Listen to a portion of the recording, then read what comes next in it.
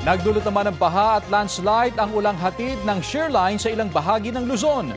Sa Puntod, Apayao, nasawi ang isang lalaki matapos matabunan ng gumuho lupa sa Barangay Aurora.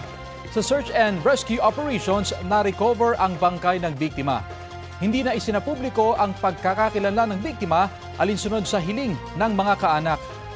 Binaha naman ang maraming lugar sa Tuguegarao, Cagayan dahil sa pag-ulan. Ayon sa Provincial Disaster Risk Reduction and Management Office, 50 barangay ang apektado. Nananatili sa evacuation centers ang nasa mahigit 2,000 pamilya. Patuloy ang monitoring ng mga otoridad habang sa bayan naman ng Aparin nalubog din sa baha ang ilang taniman at bahay. Nakahanda naman ang mga otoridad doon para sa posibleng paglikas ng mga apektadong residente.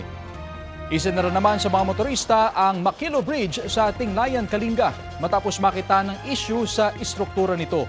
Hinala ng otoridad, nakaapekto riyan ang pag-ulang dulot ng shear line. Pinayuhan na ang mga motorista na wag munang dumaan sa tulay para sa pagsusuri at pagkukumpuni roon.